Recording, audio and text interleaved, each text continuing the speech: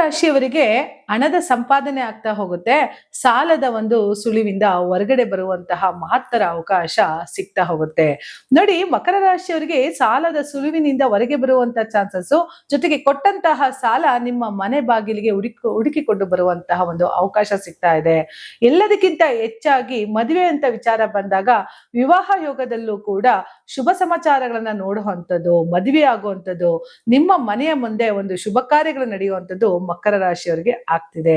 ಬನ್ನಿ ವೀಕ್ಷಕರೇ, ನಾನು ನಿಮ್ಮ ಬ್ರಾಹ್ಮಿಣಿ ಅಂಜಲಿ. ಮಕರ ರಾಶಿಯವರಿಗೆ ಆಗಸ್ಟ್ ತಿಂಗಳಲ್ಲಿ ಯಾವೆಲ್ಲ ಫಲಾನುಫಲಗಳು ಬುಧನಿಂದ ಕೊಡುತ್ತೆ, ಬುಧನ ಒಂದು ಬದಲಾವಣೆಯಿಂದ ಅವರಿಗೆ ಯಾವ್ದೆಲ್ಲ ಮಹತ್ತರ ಬದಲಾವಣೆನ ಕೊಡುತ್ತೆ ಅನ್ನೋದನ್ನ ನೋಡ್ತಾ ಹೋಗೋಣ.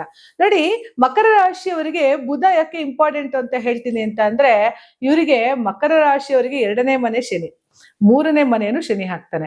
ಸೊ 2ನೇ ಮನೆಯವನು ಶನಿ ಹಾಕ್ತಾನೆ, 3ನೇ ಮನೆಯವನು ಗುರು ಹಾಕ್ತಾನೆ. 2ನೇ ಮನೆ ಧನಸ್ಥಾನಾಧಿಪತಿಯಾದಂತಹ ಶನಿ ಈಗ ಆಲ್ರೆಡಿ 3ರಲ್ಲಿ ಕುತ್ಕೊಂಡೇನೆ ಪರಾಕ್ರಮ ಸ್ಥಾನ ಅಂತ ಕರಿತೀವಿ. ಅನ್ಕೊಂಡಂತಹ ಕೆಲಸ ಕಾರ್ಯಗಳಲ್ಲಿ ಈಗ ಬಹಳಷ್ಟು ಶ್ರಮ ವಹಿಸಿ ಮಕರ ರಾಶಿಯವರು ಕೆಲಸಗಳನ್ನ ಮಾಡ್ತಾ ಇದ್ದಾರೆ. ಹಿಡಿದಂತಹ ಕೆಲಸ ಕಾರ್ಯಗಳು ಸ್ವಲ್ಪ ಸೋಂಬೇರಿತನ ಇದೆ. ಇವತ್ ಮಾಡೋಣ, ನಾಳೆ ಮಾಡೋಣ, ಒಂದು ದಿನ ಮಾಡಿದ್ರೆ ಮಕರ ರಾಶಿಯವರು ಹೇಗೆ ಅಂತ ಅಂದ್ರೆ, ಇವತ್ತು ಹೋಗಿ ಕೆಲಸಗಳನ್ನ ಮಾಡ್ತಾರೆ, ನಾಳೆ ಹೋಗಿ ಆ ಕೆಲಸ ಮಾಡ್ತೀನಿ ಅನ್ನೋಷ್ಟರಲ್ಲಿ ಡಲ್ ಆಗ್ಬಿಡ್ತಾರೆ. ಯಾಕಂದ್ರೆ ಶನಿಯ ಒಂದು ಪ್ರಭಾವದಿಂದ. ಮಕರ ರಾಶಿಯವರಲ್ಲಿ ಸಾಕಷ್ಟು ಒಂದು ಒಳ್ಳೆಯ ಗುಣಗಳೇನಿರುತ್ತೆ ಅಂತಂದ್ರೆ, ನಂಬೋದವ್ರಿಗೆ ಯಾವುದೇ ಕಾರಣಕ್ಕೂ ಕೈ ಕೊಡೋದಿಲ್ಲ ಮಕರ ರಾಶಿಯವರು. ಯಾರಿಗಾರ ಪ್ರೀತಿ ಮಾಡ್ತಾರೆ ಅಥವಾ ಪ್ರೀತಿ ಕೊಡ್ತಾರೆ ಅಂತ ಆದ್ರೆ ಅದು ಪವಿತ್ರವಾದ ತಾಯಿಯ ಪ್ರೀತಿನೇ ಆಗಿರುತ್ತೆ ಮಕರ ರಾಶಿಯವರಿಗೆ. ಮಕರ ರಾಶಿಯವರಲ್ಲಿ ಸಾಕಷ್ಟು ನಂಬುವಂತಹ ಸ್ವಭಾವ ಇರುತ್ತೆ. ಇವ್ರನ್ನ ಆದಷ್ಟು ಬೇಗ ಮ್ಯಾನಿಪ್ಯುಲೇಟ್ ಮಾಡ್ಬೋದು, ಆದಷ್ಟು ಬೇಗ ಇವ್ರನ್ನ ಒಳಗಡೆ ಅವ್ರ ತಕ್ಕಂತೆ ಅಂದ್ರೆ ಅವ್ರ ಭಾವನೆಗಳನ್ನ ಅರ್ಥ ಮಾಡ್ಕೊಂಡು ಅವ್ರನ್ನ ಬಹಳ ಬೇಗ ಹೀಲ್ ಮಾಡ್ಬೋದು ಅಂತ ಮಕರ ರಾಶಿಯವರಿಗೆ ಹೇಳ್ತಾ ಹೋಗ್ಬೋದು. ನೋಡಿ, ಮಕರ ರಾಶಿಯವರಿಗೆ ಯಾಕೋ ಅಷ್ಟೆಲ್ಲ ಗುಣಗಳಿದೆ ಅಂತಂದ್ರೆ, 3ನೇ ಮನೆ ಅಧಿಪತಿ ಯಾರು ಹೇಳಿ? ಗುರು ಅಲ್ವಾ? ಸೊ 3ನೇ ಮನೆ ಅಧಿಪತಿ ಇವಾಗ ಆಲ್ರೆಡಿ 7th house ಅಲ್ಲಿ ಕುಳ್ತಿದ್ದಾನೆ ಅಂತ ಅಂದಾಗ, ನಿಮಗೆ ಇಷ್ಟವಾದಂತಹ ವ್ಯಕ್ತಿಗಳು ಅಥವಾ ನೀವು ಪ್ರೀತಿ ಮಾಡಿದಂತರೋ ನಿಮ್ಮ ಸಂಗಾತಿಯಾಗಿ ಬರ್ತಾರೆ 3ನೇ ಮನೆಯವರು. ಮಕರ ರಾಶಿಯವರು ಸಾಧಾರಣವಾಗಿ ಅವ್ರು ಇಷ್ಟಪಟ್ಟೆ ಮದುವೆ ಆಗ್ತಾರೆ. ಅಂದ್ರೆ ಮನೆಯಲ್ಲಿ ನೋಡಿ ಮಾಡೋದಕ್ಕಿಂತ ಆ ವ್ಯಕ್ತಿಗಳೇ ಆರಿಸ್ಕೊಂಡು ಬಂದು ಮನೆಯವ್ರನ್ನ ಒಪ್ಸಿ ಮದುವೆ ಆಗುವಂತ ಚಾನ್ಸಸ್ ಮಕರ ರಾಶಿಯವ್ರಿಗೆ ಇರೋದ್ರಿಂದ ಮಕರ ರಾಶಿಯಲ್ಲಿ ಸಾಕಷ್ಟು ಬದಲಾವಣೆಗಳನ್ನ ನೋಡ್ತಾ ಹೋಗ್ಬೋದು. ಜೊತೆಗೆ ಮಕರ ರಾಶಿಯವರಿಗೆ ಬುಧನು ಕೂಡ ಆಗಸ್ಟ್ ತಿಂಗಳಲ್ಲಿ ಬದಲಾವಣೆ ಆಗ್ತಾ ಇದ್ದಾನೆ ಅಂತ ಅಂದ್ರೆ, ಎಲ್ಲೋ ಒಂದು ಕಡೆ 6ನೇ ಮನೆ ಅಧಿಪತಿಯಾದಂತಹ ಬುಧ 7ನೇ ಮನೆಗೆ ಬರ್ತಿದ್ದಾನೆ ಅಂದ್ರೆ, ಶತ್ರು ಸ್ಥಾನಾಧಿಪತಿ ಸಪ್ತಮಕ್ಕೆ ಬರ್ತಿದ್ರೆ ನೀವು ಶತ್ರುಗಳನ್ನ ಜಯಿಸ್ತೀರಾ ಅಂತಾನೆ ಅರ್ಥ. ಯಾಕೆಂತಂದ್ರೆ ಜಯದ ಸಾಧನೆನ ಮಾಡ್ಬೇಕು ಅಂದ್ರೆ ಶತ್ರುಗಳನ್ನ ಇಮ್ಮೆಟ್ಟಿ ಗೆಲ್ಲಿಸಿ ಬರ್ಬೇಕಾಗತ್ತೆ. ಯಾಕೆಂದ್ರೆ ನಾವು ಶತ್ರುಗಳ ಒಂದು ಉಪಟಳ ಇರ್ಬೋದು, ಕಿರುಕುಳ ಇರ್ಬೋದು, ತಡ್ಕೋಬೇಕು ಅಂತ ಅಂದ್ರೆ 6ನೇ ಮನೆಯ ಅಧಿಪತಿ ಅಂತ ಬುಧ ಸಪ್ತಮಕ್ಕೆ ಬಂದೇನೆ ಅಂದ್ರೆ, ನಿಮ್ಮ ವ್ಯವಹಾರಿಕದಲ್ಲಿ ಅವರಿಗೆ ಕರೆಕ್ಟಾಗಿ ಆನ್ಸರ್ ಕೊಡ್ತೀರಾ ಅಂತ ಅರ್ಥ. 7ನೇ ಮನೆಯಲ್ಲಿ ಬಂದು ಕುಳಿತಾಗ ಏನಾಗುತ್ತೆ? ವ್ಯವಹಾರ ಸ್ಥಾನ ಅಂತ ಹೇಳ್ತೀವಿ.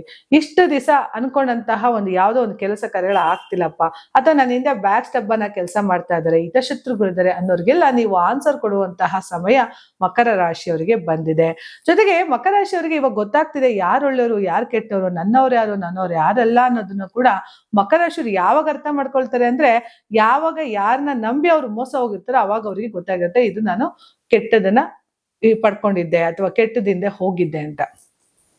ನೋಡಿ, ಮಕರ ರಾಶಿಯವರಲ್ಲಿ ಮತ್ತೊಂದು ಗುಣ ಸ್ವಭಾವ ಏನು ಅಂತ ಅಂದ್ರೆ, ಸಾಕಷ್ಟು ಒಬ್ರಿಗೆ ಸಹಾಯ ಮಾಡುವಂತ ಒಳ್ಳೆ ಗುಣ ಮಕರ ರಾಶಿಯವ್ರಿಗೆ ಇರುತ್ತೆ ಅಂತ ಹೇಳ್ಬೋದು.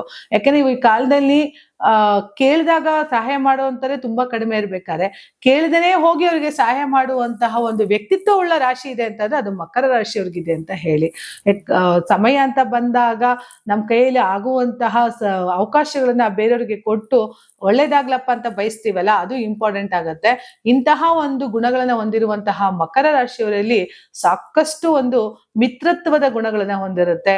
ಒಬ್ಬರಿಗೆ ಸಹಾಯ ಮಾಡುವ, ಸಹಕಾರ ಮಾಡುವಂತ ಒಳ್ಳೆ ಗುಣಗಳನ್ನ ಹೊಂದಿರುವಂತಹ ಮಕರ ರಾಶಿಯವರಿಗೆ ಖಂಡಿತ ಈ ಒಂದು ಗುರುವಿನ ಬದಲಾವಣೆಯಿಂದ, ಬುಧನ ಬದಲಾವಣೆಯಿಂದ, ಯಾಕೆ ಅಂತಂದ್ರೆ 6ನೇ ಮನೆ 7ನೇ ಮನೆ ಇದ್ದಾನೆ, ಜೊತೆ ಗುರು ಜೊತೆ ಇದ್ದಾನೆ, ಸಾಕಷ್ಟು ವ್ಯವಹಾರಗಳಲ್ಲಿ ಒಳ್ಳೆ ಒಂದು ವಿಚಾರಗಳನ್ನ ತಂದ್ಕೊಡ್ಲೇಬೇಕಲ್ವಾ.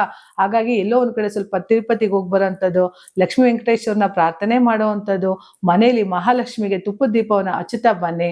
ನೀವು ಅನ್ಕೊಂಡಂತಹ ಕೆಲಸ ಕಾರ್ಯಗಳಲ್ಲಿ ಸಾಧನೆ ಮಾಡ್ತಾ ಹೋಗ್ತೀರಿ. ಮಕರ ರಾಶಿಯವರಿಗೂ ಕೂಡ ಸಕಲ ಅಷ್ಟೈಶ್ವರ್ಯಗಳನ್ನು ಕೊಟ್ಟು ಕಾಪಾಡ್ಲಿ ಅಂತ ಹೇಳ್ತಾ ನನ್ನ ಮಾತನ್ನ ಮುಗಿಸ್ತಾ ಇದ್ದೀನಿ. ಧನ್ಯವಾದಗಳು.